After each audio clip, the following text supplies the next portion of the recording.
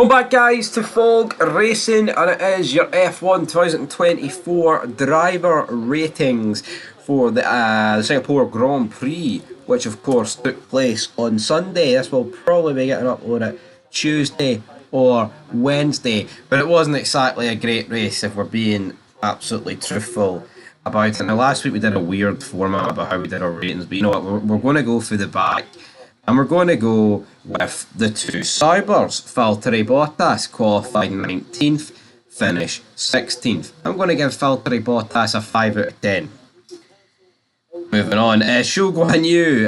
I'm going to give him a 6 out of 10. Started last, but you know what? He beat Bottas, he beat Gasly, and he beat Daniel Ricciardo. Yeah, Daniel Ricciardo committing to a two-stop around a track that is notorious for not being able to overtake. Not exactly what you want. Up next, we have got Haas. Kevin Magnussen started 14th, DNF'd, puncture. I mean, it's going to be a 3 out of 10. His teammate's getting points, and he's had an absolute stinker. I expected big things for K-Mag this weekend, but didn't get it. As for Nico Hülkenberg, qualified 6th, finished 9th. I'm going to give him a 9 out of 10, right? Best qualifier in terms of Formula B, Formula 1.5, whatever you want to call it, right? But he did get beat by Alonso, so that's the only reason it's not a 10. But he did beat Perez on the road. Great drive for Nico Hülkenberg, 2 points for him. Moving on though to Williams, Alexander Albon qualified 11th, didn't finish. I'm going to give him a 7 out of 10. Qualifying was pretty good. I mean, you don't really expect Williams to go well around here. But then what, of course, happened? He got dive-bombed by his teammate, which I thought was quite pathetic. You know, it's reminded people of the "you raced me so hard" comments that Albon came out with not too long ago.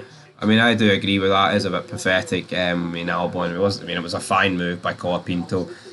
Anyway, Franco Colapinto, I'm going to give him an 8 out of 10.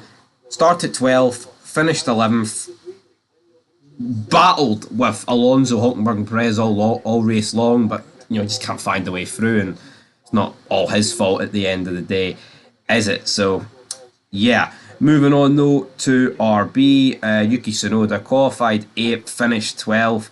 RB just had absolute awful strategy on Sunday, man.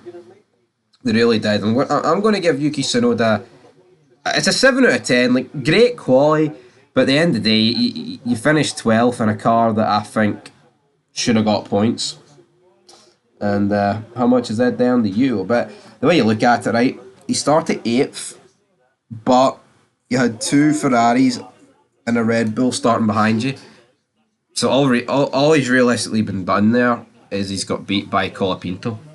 Because, I mean, you'd expect two Ferraris and a Red Bull to Daniel Ricciardo, shafted with strategy, started 16th, finished 18th. I'm going to give him a 5 out of 10.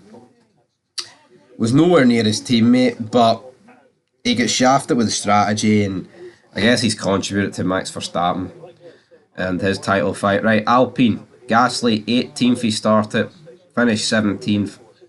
It's a 4 out of 10. It's a really, really poor weekend for Pierre Gasly. Up next, we have got Esteban Ocon, started P15, finished 13th. It's going to be a 7 out of 10. I don't think there's much more in that Alpine, so honestly, I don't think you can cry too much. Moving into Aston Martin, Lance Stroll, started 17th, finished 14th. I'm going to give him a 4 out of 10. Just absolute pish. Guy's just so freaking slow, it's unbelievable. Right, up next, I'm going to give Fernando Alonso a 9. Started 7th, finished 8th.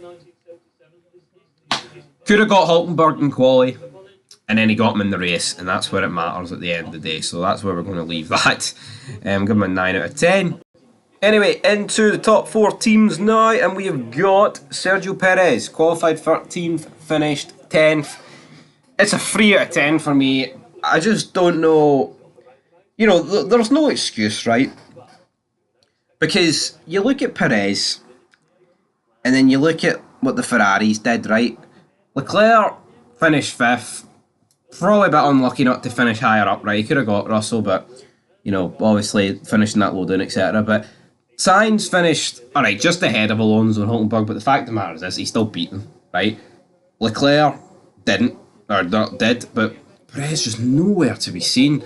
It's a 3 out of 10. People have had a go at us before in these driver reviews. Why are you bashing Perez? Casino Red Bull qualifying 13th, finishing 10th, fucking pish, man. I'm not going to have any arguments about it.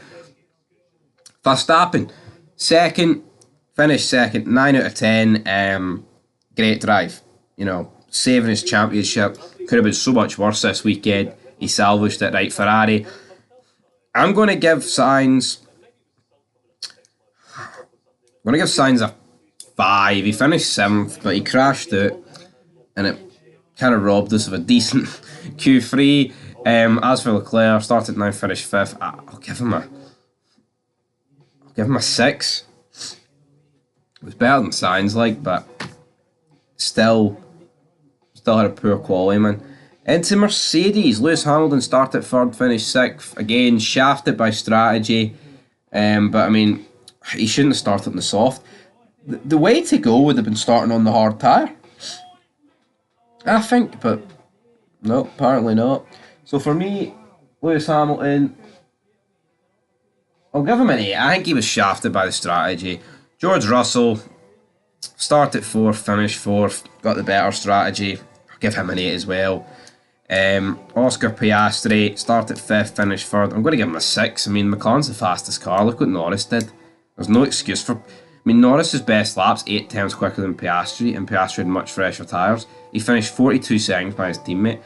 I know it seems to be cool right now to hate on Lando Norris, but the reality is Norris at his best is better than Piastri. And then Lando Norris, I'm going to give him a 10. I mean, he had the fastest car, yeah, he binned it in the wall a few times, which was funny, but he still got the job done. So anyway, guys, leave your thoughts down below, and peace.